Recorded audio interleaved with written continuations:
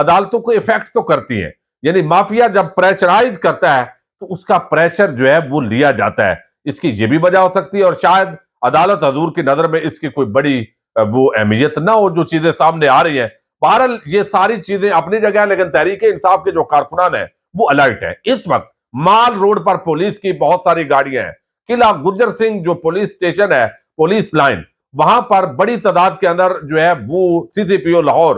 ان کی قیادت کے اندر اطلاعات ہیں جو میڈیا کے وہاں پر ذرائع موجود ہیں, ان کے مطابق بڑی تعداد کے اندر جو ہے وہ موجود ہے. پولیس کی نفری مختلف جگہوں سے طلب کی گئی ہے. کسی وقت بھی رات کو بھی آپریشن زمان پارک کے اندر کیا جا سکتا ہے, اور اس خطرے کے پیش نظر جو کارکنان ہیں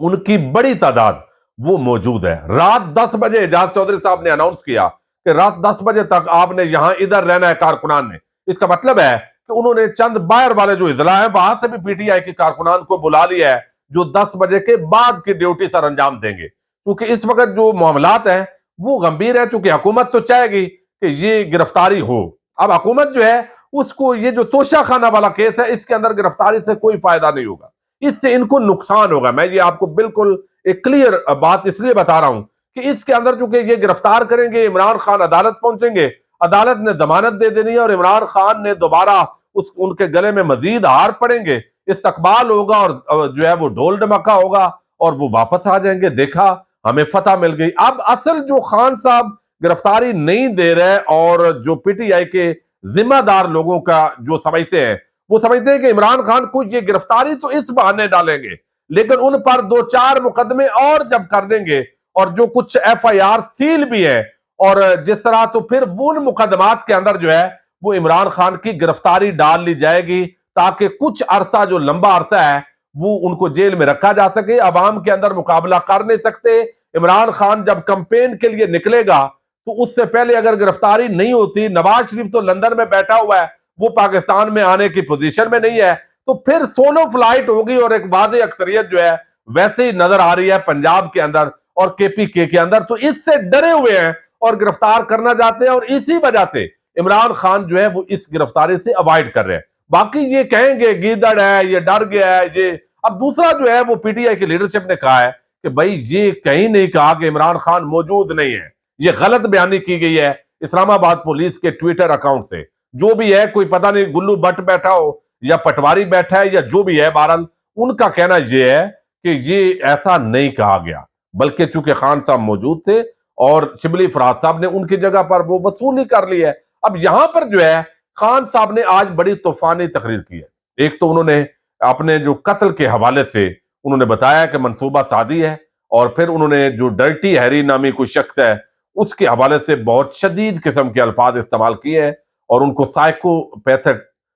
جو ہے وہ قرار دیا ہے کہ وہ ایک نفسیاتی اس کا کوئی مسئلہ ہے, وہ ننگا پن دیکھتا ہے, اور یہ اس طرح کی چیزیں انہوں نے بیان کی ہے. تشدد جس طرح کیا گیا اور اس طرح کے بندے کو لایا گیا ہے, عہدے سے ہٹایا نہیں گیا, پھر یہ مجھے قتل کرنا چاہتے ہیں, اور جن لوگوں نے پہلے حملہ کیا ہے وہ ان کو کس طرح تحفظ فراہم کیا گیا ہے. جی آئی ٹی کی انویسٹیگیشن نہیں ہونے دی جا رہی, پوری فری اینڈ فیئر انویسٹیگیشن نہیں ہوئی, میرا مقدمہ درج نہیں ہوا, پھر جو ہے یہ ڈرانے کی کوشش کرتے ہیں, نہ میں جھکا ہوں نہ میں جھکوں گا, نہ میں ڈرا ہوں نہ میں ڈروں گا. تو یہ ساری چیزیں انہوں نے آج بڑی کھل کر بیان کی ہیں. ساتھ ہی جو ہے انہوں نے یہ بھی واضح میسج دیا ہے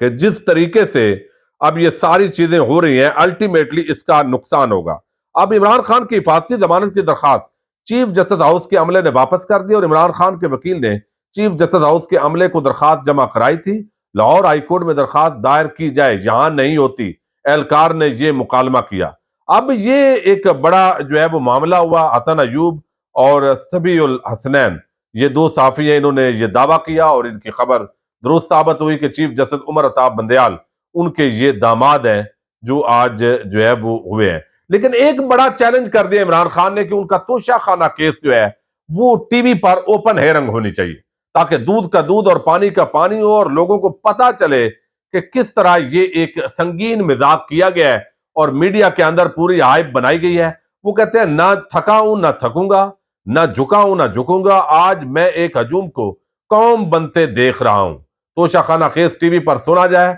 سابق وزیر اعظم اور مجھ پر قاتلانہ حملہ ہو چکا ہے, میری جان کو خطرہ ہے, میرے وکیل چیف جسٹس کو خط لکھیں گے اور خط کے اندر وہ تمام جو جعلی کیسز ہیں ان کے حوالے سے جو ہے وہ کہا جائے گا یہ مزاحیہ کیسز بنا کر مجھے عدالتوں میں بلاتے ہیں، سیکیورٹی تھی نہیں، اور اس طرح یہ چاہتے ہیں۔ لندن میں بیٹھا مفرور بغوڑا شخص جو ہے وہ آرمی چیف بنانے کے فیصلے کر رہا ہے، اور جو چور اوپر بیٹھے ہوئے ہیں ان پر کیسز تھے منی لانڈرنگ کے، ان کو معاف کیا جا رہا ہے، اور اب 16 ارب کی چوری کی جس پر فرد جرم لگنی تھی اس دن اس کو وزیر اعظم بنا دیا جاتا ہے۔ اور یہ سارا کام انہوں نے کہا کہ آرمی چیف جو جنرل باجوہ تھے، سابق آرمی چیف، انہوں نے اس کے اندر بہت بڑا رول ادا کیا ہے، این آر او دیا ہے، قومی مجرموں کو چھوڑا ہے، قوم کا ٹیکس پیئر کا جو چوری شدہ پیسہ ہے اس پر کمپرومائز کیا۔ اور یہ تو خود جو ہے وہ نون لیگ کے صحافی یہ کہتے ہیں جو لندن کے اندر ہوتے ہیں، وہ کہتے ہیں کہ یہاں جنرل باجوہ صاحب کے جو سسر ہیں وہ یہاں نواز شریف کے پاؤں پڑنے آتے تھے۔ اب یہ ساری چیزیں تو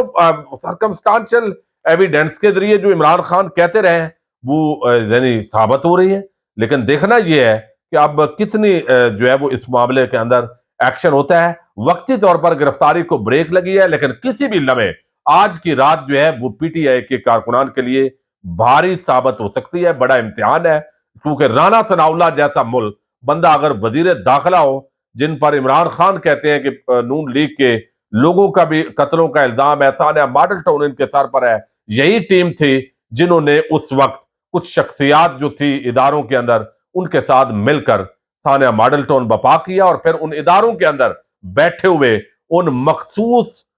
قاتلوں نے ان کو جس طرح بچایا ہوا ہے۔ ابھی تک یہ ساری چیزیں عوام کے سامنے ہیں، انصاف آج تک نہیں مل رہا ثانیہ ماڈل ٹاؤن کے لواحقین کو، تو یہاں بھی خدا نخواستہ کوئی اس طرح کا حادثہ نہ ہو۔ اجازت دیجیے گا، اللہ حافظ۔